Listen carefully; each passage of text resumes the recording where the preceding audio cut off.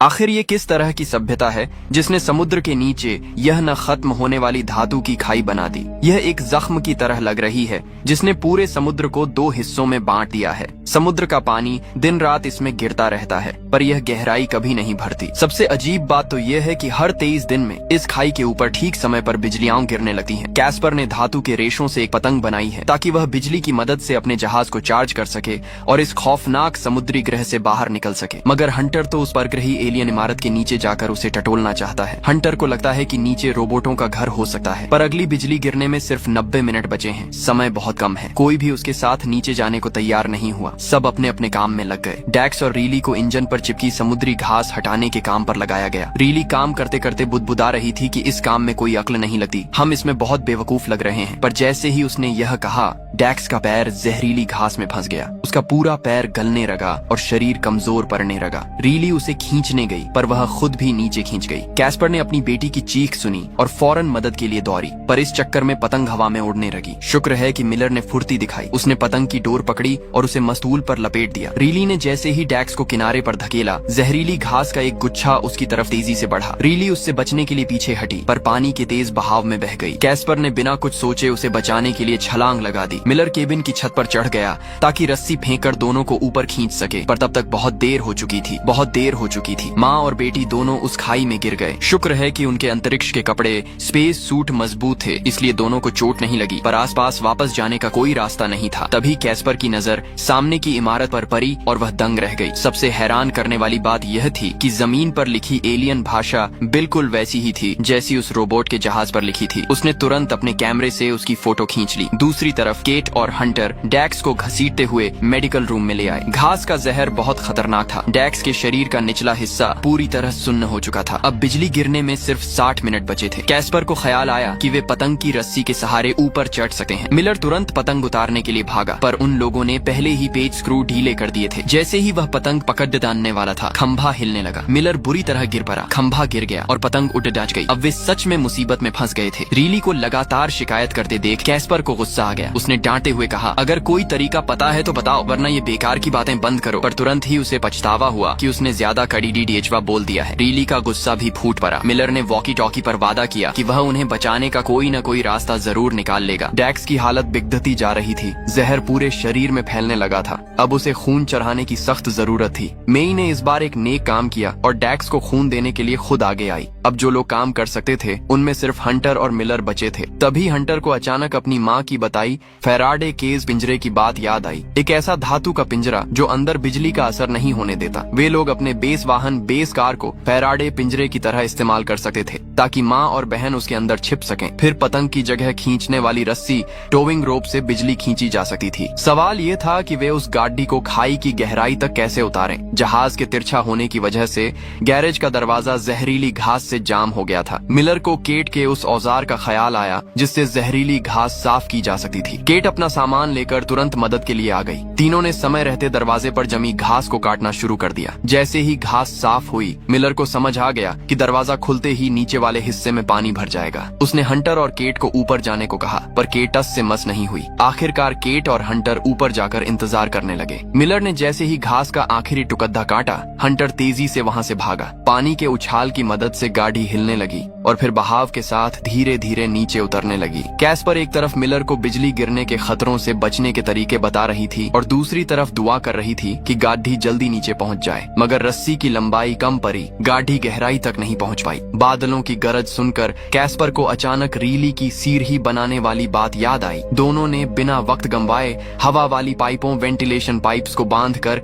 एक सीढ़ी बनाई और रस्सी का दूसरा सिरा गाड़ी के हुक से जोड़ डाट दिया। जब सीढ़ी काफी ऊपर पहुंच गई तो उन्होंने दूसरे सिरे को पत्थरों से जमा दिया। बिजली गिरने ही वाली थी और जहाज को हर हाल में चार्ज होना था। उनके पास गाड़ी को वापस खींचने का समय नहीं था, इसीलिए उन्होंने गाड़ी के साथ ही उद्यान भरने का फैसला किया। बिजली की लहरें धातु के जरिए तेजी से उनकी तरफ बढ़ीं। ऐन मौके पर कैस्पर और रीली पूरी ताकत लगाकर गाड़ी के अंदर घुस गईं। जैसे ही सफेद रोशनी की लपटें चमकी, मिलर ने इंजन चालू कर दिया और जहाज ऊपर उठने लगा। जहाज धीरे धीरे आसमान की तरफ उठने लगा। एक तय ऊंचाई पर पहुंचते ही मिलर ने जहाज को ऑन्टो पायलट पर डाल दिया। सब लोग तेजी से गैरेज की तरफ दौड़े। मिलर ने एक लोहे की रॉड क्रोबार उठाई और बिजली से झुलस चुकी गाड़ी का दरवाजा जोर जोर से पीटने लगा। अंदर से कैस्पर और रीली सही सलामत बाहर निकली। उन्हें एक खरोंच तक नहीं आई थी। अभी सब लोग इस जीत का जश्न मना ही रहे थे कि तभी कोने से किसी बाहरी एलियन इंजन के चलने की आवाज आई। हंटर उसे देखने के लिए आगे बढ़ा तो अचानक वहाँ एक मशीनी पंजा दिखाई दिया। ये वही कटा हुआ हाथ था जो 7 महीने पहले अलग हो गया था। कोई नहीं जानता था कि यह मशीनी हाथ खुद ब खुद कैसे चालू हो गया। मिलर ने फुर्ती दिखाते हुए उस कटे हुए हाथ को एक तिजोरी सेफ में बंद कर दिया। कैस्पर ने जब एलियन इंजन की जांच करने वाले यंत्र को देखा तो उसमें हलचल हो रही थी। जैसे ही जहाज ने उस ग्रह के वायुमंडल को पार किया, रडार पर एक चेतावनी गूंज उठी। पास ही कोई बहुत बड़ी चीज दिखाई दे रही थी। क्या वह कोई उल्का पिंड था? कैस्पर ने जब सिग्नल की जांच की तो पता चला कि वह एक ऑडियो सिग्नेचर है। हर अंतरिक्ष जहाज की अपनी एक खास आवाज होती है जिससे उसकी पहचान होती है। यह आवाज उनके मुख्य जहाज रेसोल्यूट की थी। इसका मतलब था कि वे जल्द ही अपने बाकी साथियों से मिल सकेंगे और अल्फा सेंटुरी की तरफ अपनी यात्रा जारी रख पाएंगे। यह इंसानी इतिहास का पहला ऐसा जहाज था जो रोशनी की रफ्तार से भी तेज चल सकता था। इसमें इंसानी सभ्यता की आखिरी उम्मीदें बची हुई थीं, जो 4.3 प्रकाश वर्ष दूर एक नया घर बसाने जा रहे थे। किसे पता था कि रास्ते में अंतरिक्ष की किसी दरार की वजह से वे भटक कर इस अनजान सौर मंडल में आ गिरेंगे। अब जुपिटर 2 जहाज के अंदर सभी लोग बड़े चाव से एक साथ बैठे थे। उनका जहाज बस अब मुख्य जहाज से जुड़ने ही वाला था, पर कैस्पर के मन में अब भी कुछ खटक रहा था। जहाज जैसे ही रेसोल्यूट के पास पहुंचा, कैस्पर के मन में खलबली मचने लगी। उसे लगा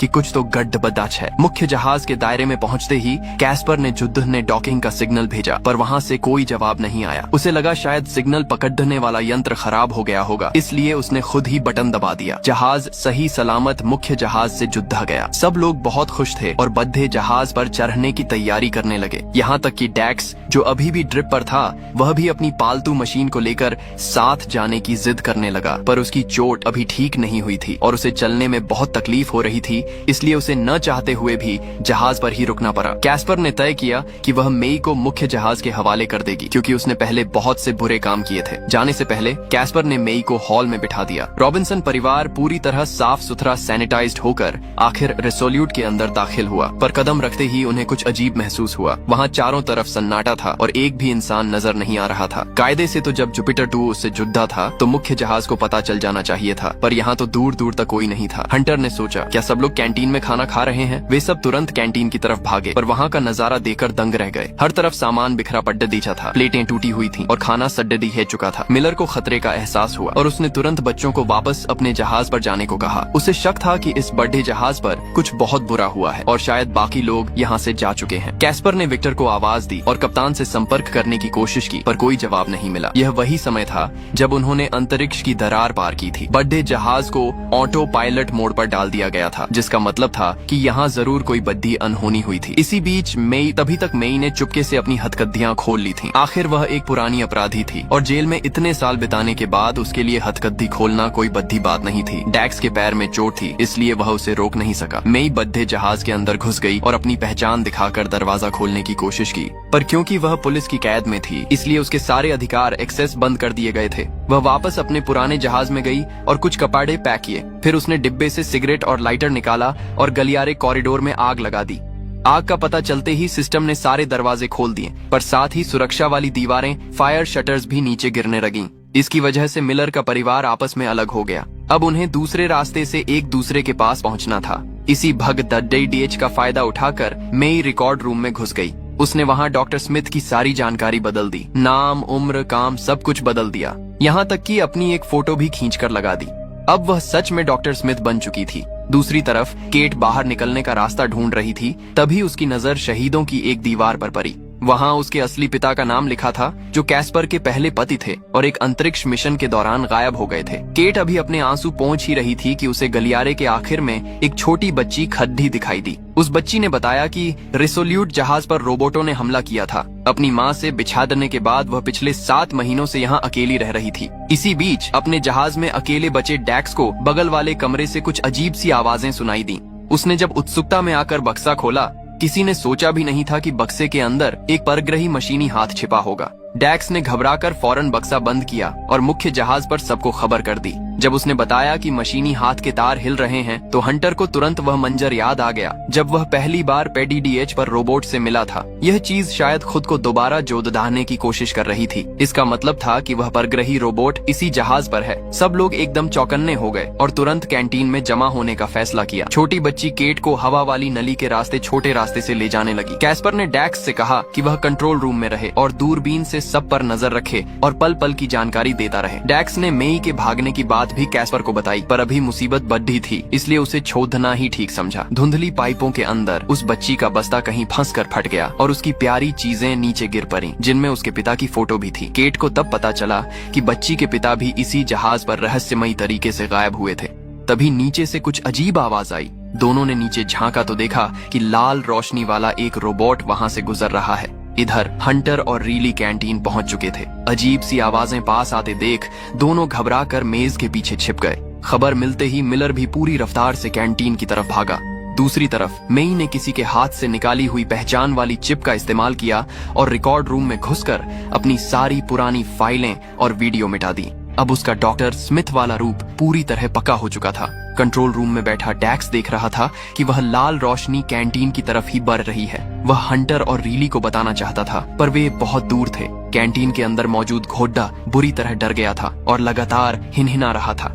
शुक्र है कि रीली को बचपन में अस्तबल में रहने का अनुभव था, जिसकी मदद से उसने धीरे धीरे घोड़े को शांत कर दिया। पर तभी अचानक मेज पर रखी एक प्लेट नीचे गिर पड़ी। उस जोरदार आवाज ने रोबोट का ध्यान अपनी तरफ खींच लिया। दोनों तुरंत अंधेरे में छिप गए और वहां से देखने लगे। उन्होंने देखा कि एक टूटा फूटा रोबोट जमीन पर रेंग रहा है। उसकी बनावट कुछ बिजुका स्केयरक्रो जैसी थी। जैसे ही वह रोबोट उनके करीब आने लगा, तभी अचानक किसी के गाने की आवाज गूंजी। वह मिलर था, जो गाना गाकर उस रोबोट को ललकार रहा था। गुस्से में भरा वह रोबोट मुद्दा और मिलर की तरफ रेंगने लगा। किसी ने सोचा भी नहीं था कि वह टूटा हुआ रोबोट इतनी तेज रफ्तार से चलेगा। दोनों भागकर एक कमरे में छिप गए। रोबोट भी उनके पीछे अंदर घुस गया, पर उसे वहाँ सिर्फ एक वॉकी टॉकी मिला। मिलर ने तुरंत मौका पाकर दरवाजा बंद किया और उसे अंदर ही ताले में DDH दिया। मुसीबत कुछ देर के लिए टल गई थी। जहाज के दूसरे हिस्से में डॉक्टर स्मिथ की टक्कर पाइप से नीचे उतरी केट और उस छोटी बच्ची से हुई। जैसे ही डॉक्टर स्मिथ ने बच्ची के हाथ में वह फोटो देखी, उसका दिल बैठ गया। वह आदमी जिसे डॉक्टर स्मिथ ने रास्ते से हटाया था, वही उस बच्ची का पिता था। यह याद उसके लिए एक ऐसा काला साया बन गई जिसे वह चाहकर भी नहीं भुला सकती थी। आखिरकार सब लोग कैंटीन में जमा हो गए। तभी केट को एक बात याद आई। उस छोटी बच्ची ने बताया था कि जब जहाज पर हमला हुआ था, तब उसने 2 रोबोट देखे थे। उसी समय कैस्पर ने देखा कि एक और जुपिटर जहाज उनके मुख्य जहाज से जुड़ रहा है। सबके चेहरों पर खुशी छा गई। पर जैसे ही उस जहाज का दरवाजा खुला, वहाँ उनका स्वागत करने के लिए कोई दोस्त नहीं खड़ रहा था, बल्कि हथियारों से लैस सैनिकों की एक पूरी टुकड़ी वहाँ खड़ी थी। उनका नेता और कोई नहीं, बल्कि रेसोल्यूट जहाज का बद्धा अधिकारी बेन एडलर था। पता चला कि मुख्य जहाज पर हमले के बाद सभी लोग पास के ही एक ग्रह पर चले गए थे और वहीं अपना ठिकाना बना लिया था। रॉबिन्सन परिवार के जहाज पर चढ़ते ही उन्हें सिग्नल मिल गया था। कमांडर ने सबको तुरंत अपने साथ चलने को कहा, क्योंकि मुख्य जहाज पर रुकना बहुत खतरनाक था। तभी मिलर ने बताया कि उन्होंने उस बिजूका रोबोट को एक कमरे में कैद कर दिया है, इसलिए फिक्र की कोई बात नहीं है। पर कमांडर ने उसकी बात काटते हुए कहा, तुमने उसे कैद नहीं किया है, बल्कि तुमने उसे वापस उसकी जगह पर पहुंचा दिया है। कैस्पर को ये बात समझ नहीं आई। तब कमांडर ने असली राज खोला कि हंटर पहला ऐसा इंसान नहीं है जिसने किसी रोबोट से दोस्ती की है। असल में वह बिजूका रोबोट हमेशा से इसी जहाज पर था। सारे राज इस एक दरवाजे के पीछे छिपे थे। जैसे ही लाइटें जली, एक बहुत बड़ा गोल दरवाजा सबके सामने आया। अब जाकर उनकी आंखें खुली। रेसोल्यूट मुख्य जहाज असल में एक एलियन जहाज के कंट्रोल रूम को काट कर बनाया गया था। इंसानों ने खुद से कोई नई तकनीक नहीं खोजी थी, बल्कि उन्होंने तो रोबोटों का इंजन चुराया था। यही वजह थी कि रोबोट बार बार उन पर हमला कर रहे थे। वे तो बस अपनी चीज वापस लेने आए थे। इस इंजन के दम पर इंसानों की तरक्की तो बहुत हुई, पर इस चमक धमक के पीछे कई बर्बाद हुए ग्रहों की कहानी थी। कुछ समय पहले एक एलियन जहाज धरती पर गिरा था। उसके अंदर एक वार्म होल इंजन था और साथ ही एक रोबोट भी था, जो बिल्कुल उस बिजूका जैसा, वह रोबोट बिल्कुल बिजूका जैसा दिखने वाला पायलट था। पर इस खबर को तुरंत दबा दिया गया। आम लोगों को लगा कि यह सिर्फ एक उल्का पिंड के गिरने की घटना है। परग्रही तकनीक को समझने के लिए वैज्ञानिकों ने बहुत मेहनत की, पर वे इंजन के काम करने का तरीका समझ ही नहीं पाए। काबिलियत न होने के बावजूद इंसान उसे हथियाना चाहता था। इंसानों ने एक खास मशीन के जरिए उस बिजुका रोबोट को काबू करना शुरू कर दिया और उसे मजबूर किया कि वह हमें वहां ले जाए जहां हम जाना चाहते हैं। यहीं से इंसानों के दूसरे ग्रहों पर कब्जा करने के दौर की शुरुआत हुई। अब वे एलियन रोबोट वापस आ गए हैं ताकि अपना इंजन ले जा सकें, क्योंकि जुपिटर 2 जहाज पर एक और परग्रही इंजन लगा है। इसलिए शोध करने वालों ने उस पूरे जहाज को अपने कब्जे में ले लिया है। वह इंजन हंटर का रोबोट दोस्त लाया था, पर फिलहाल वह बंद पड्डी ढांचा है और उसे मुख्य जहाज पर ले जाकर चलाना नामुमकिन है। उसे चलाने के लिए रोबोट की जरूरत है। कैस्पर और उसका परिवार अपना निजी सामान लेकर दूसरे जहाज में रहने के लिए तैयार हो गए। जाते समय उनका सामना उसी बिजुका रोबोट से हुआ। हंटर ने देखा कि उसके चेहरे की रोशनी अचानक तेज हो गई है। हंटर का मन उसे छोड़ने को नहीं कर रहा था, पर वह दुखी मन से बार बार पीछे मुड़कर देखते हुए वहां से चला गया। वे लोग जुपिटर 30 जहाज में रहने चले गए। वहां के लोग उनसे बहुत प्यार से मिले, खासकर हंटर से। सबको पता चल चुका था कि हंटर का एक रोबोट दोस्त था। उन लोगों ने तो हंटर के लिए एक रोबोट का मॉडल भी बनाया था। एक लड़की ने बड़े चाव से हंटर से पूछा कि रोबोट दोस्त के साथ कैसा लगता है, और उसे उस रेतीले ग्रह की कुछ तस्वीरें भी दिखाई। हंटर ने बड़े ध्यान से समझाया कि इन चट्टानों पर समुद्र की लहरों के चट्टानों पर बने निशानों से साफ पता चल रहा था कि यहाँ कभी समुद्र हुआ करता था। रीली के मन में हमेशा से यह बात खटकती थी कि उसके भाइयों को उससे ज्यादा अहमियत दी जाती है। उसने थोड़े गुस्से में कहा, हंटर तो अभी सिर्फ 12 साल का है, जो पूछना है मुझसे पूछ लो। पर उस लड़की ने उसकी तरफ ध्यान ही नहीं दिया। हंटर का मन अभी भी उसी बिजुका रोबोट में अटका था। कुछ ही देर में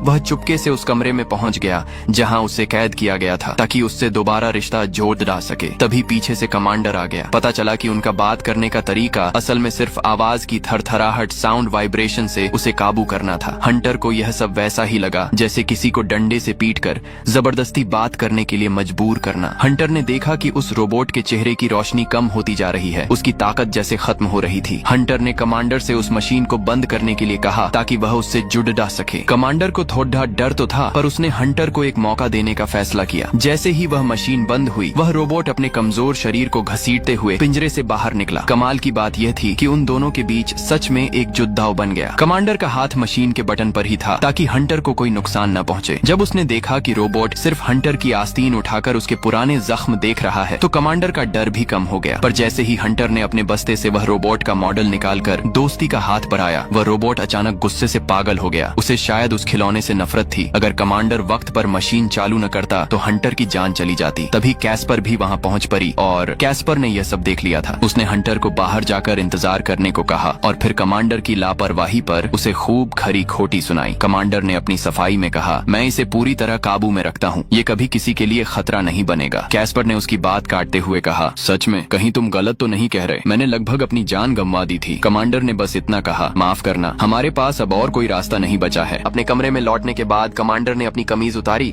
तो उसके पूरे बदन पर जख्मों के निशान थे। यह उस कीमत का नतीजा था जो उसने पहले उस रोबोट को काबू करने की कोशिश में चुकाई थी। हंटर से बात करते समय कैस्पर को अचानक एहसास हुआ कि शायद वह एलियन रोबोट ही इकलौती चाबी नहीं है। हो सकता है कि हंटर खुद दूसरी चाबी बन सके। वह हंटर को लेकर मुख्य जहाज के कंट्रोल रूम में पहुंची। वहां का नजारा देखकर हंटर दंग रह गया। वह बिल्कुल उस एलियन जहाज के कंट्रोल रूम जैसा ही था। हंटर उस बक्से के पास गया जहां रोबोट कैद था और उससे कहा, चाहे हम दोस्त न बन पाए, पर तुम्हें इस तरह कैद नहीं रहना चाहिए। तभी रोबोट ने अचानक एक दिशा की तरफ इशारा किया। उस तरफ देखने पर हंटर को एक हाथ का निशान दिखाई दिया। यह वही निशान था जो उसके रोबोट दोस्त ने छोड़ा था। पास ही 2 रोबोटों के लड़ने के निशान भी थे। इससे साफ हो गया कि उसका रोबोट दोस्त भी इसी सौर मंडल में कहीं है। जैसे ही हंटर ने अपना हाथ उस निशान पर रखा, उसकी आंखों के सामने अचानक एक रेतीला ग्रह चमकने लगा। क्या तुम ठीक हो? कैस्पर ने पूछा। हंटर चिल्लाया, मुझे मिल गया, मुझे रोबोट मिल गया, वह यही है, वह उस ग्रह पर है। वही रोबोट जिससे हंटर की दोस्ती हुई थी इस वक्त उस वीरान ग्रह पर मौजूद था। उसे भी शायद हंटर के होने का एहसास हो गया था। उसने धीरे से अपना हाथ अपने सीने पर रखा और बड़ी उम्मीद के साथ सिर उठाकर आसमान की तरफ देखने लगा जहां हंटर मौजूद था।